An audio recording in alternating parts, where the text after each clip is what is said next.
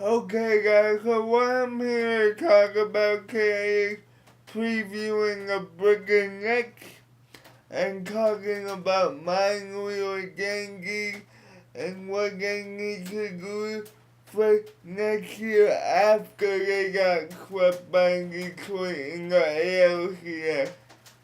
Now let's get on with the Brooklyn Nets, cause I'm sure that's what most of you want to see. The Brooklyn Nets last year went 24 and 58, mainly due to some key injuries, mainly Brook Lopez only playing 9 of the 66 games last year due to a broken bone in his foot. I believe if Brook Lopez was healthy, they would be at the 30 to 35 win mark and maybe be in contention for the lowest spot in the playoffs, but unfortunately, they didn't make a playoff last year. Now, last year, they were 5th in the Eastern Conference in points per game, as they averaged 97 points, and they were 11th in points allowed with 101. Now, like I said, the points allowed would have been slightly better if Brook Lopez was there, because a big body can affect the defensive side of the floor, and not having him was a big loss for them. Now, this offseason, they made some key acquisitions in Joe Johnson. They also picked up C.J. Watson, who's gonna be a good backup point guard.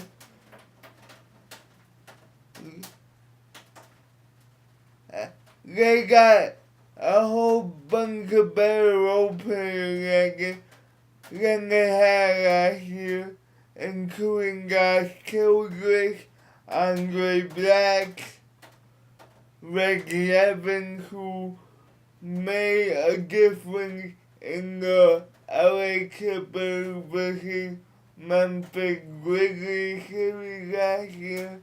So I expect them to be a whole lot better overall this year than last year. Now, I expect them to be 5th in the Eastern Conference, battling with the Knicks for the 5th and 4th spot.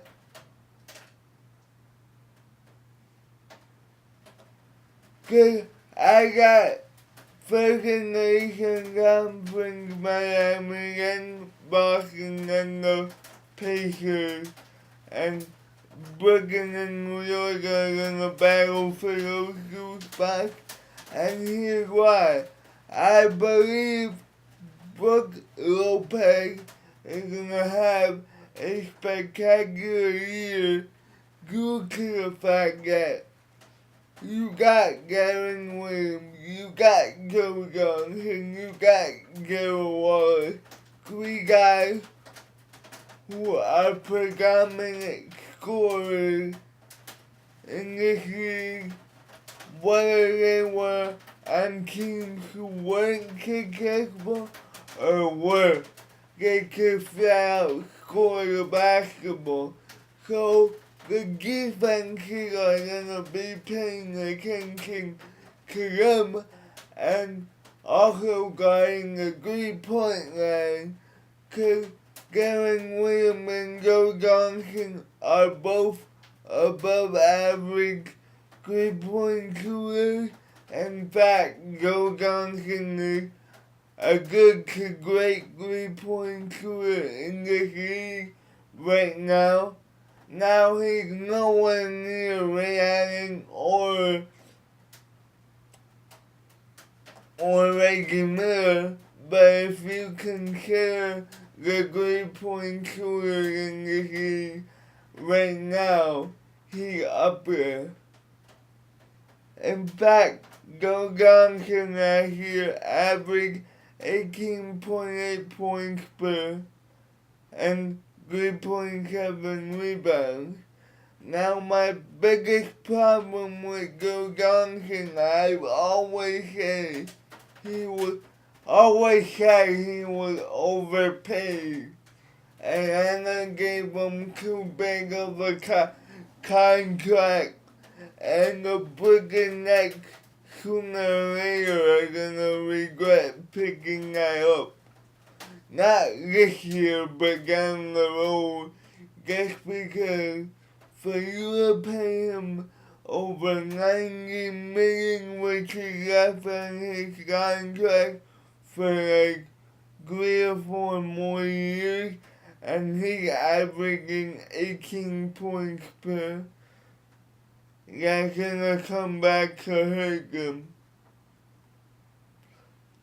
Now, like I said, he is gonna spread the floor, letting Brook Lopez get easy baskets, also helping Darren Williams get to the hole, and Darren Wallace.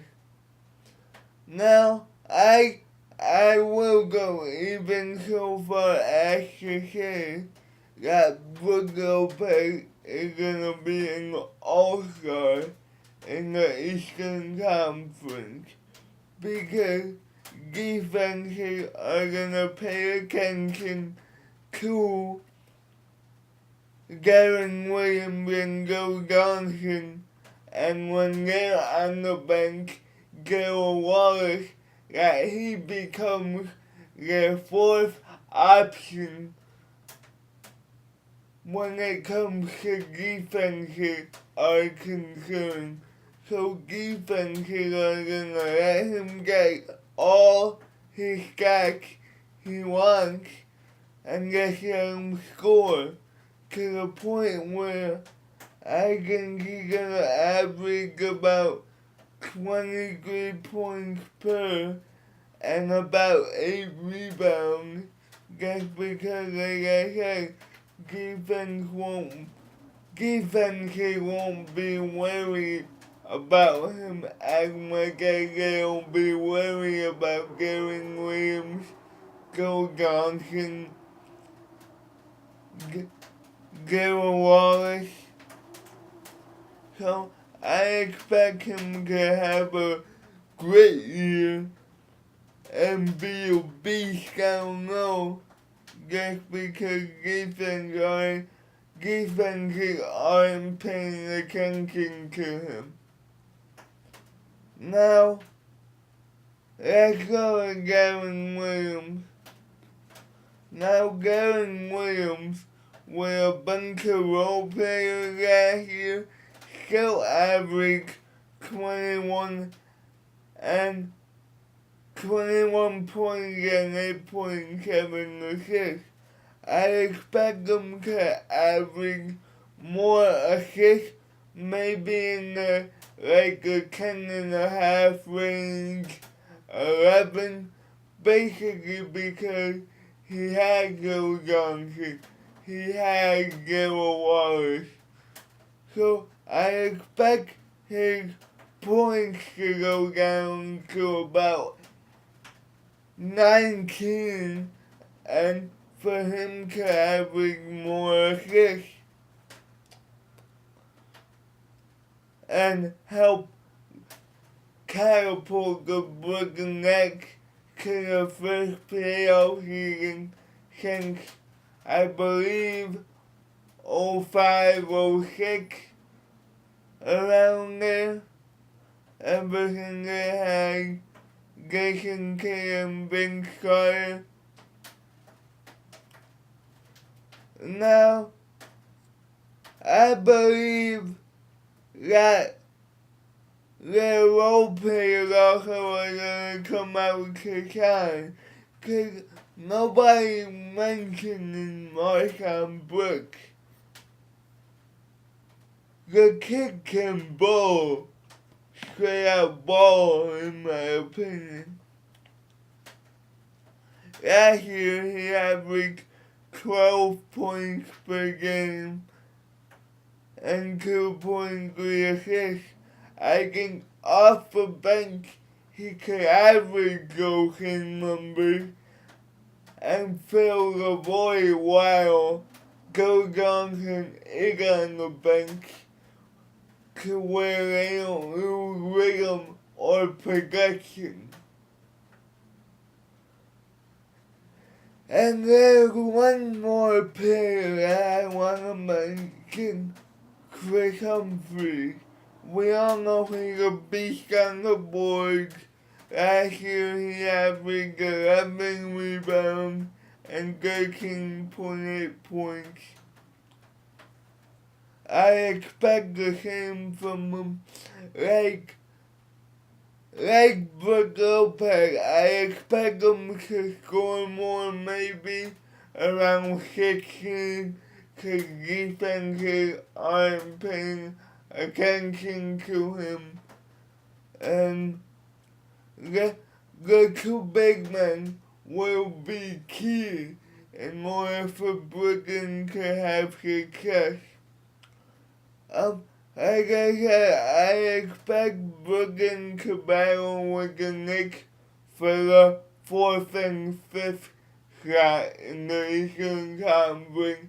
I think they will get over 38 to 45 wins in that range. And that's my preview for them. Now getting to my Yankees. What we need to do next year is basically stop trying to overpay for these famous guys. Like, I expect us to be in the rumor mill for Guy Hamilton, but I don't want him. And here's the reason why.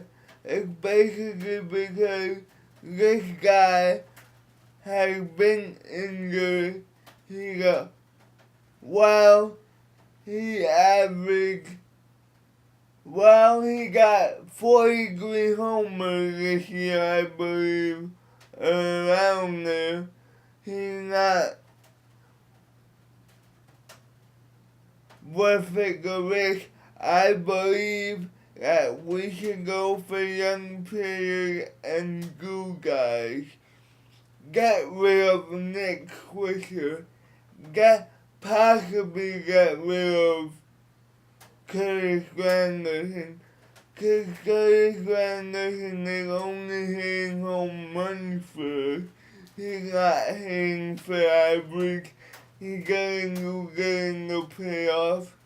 I believe we should start from fresh and actually build for the future, even if we have to risk next season. I will expand more on this on another video. I just don't want this to be too long. Peace.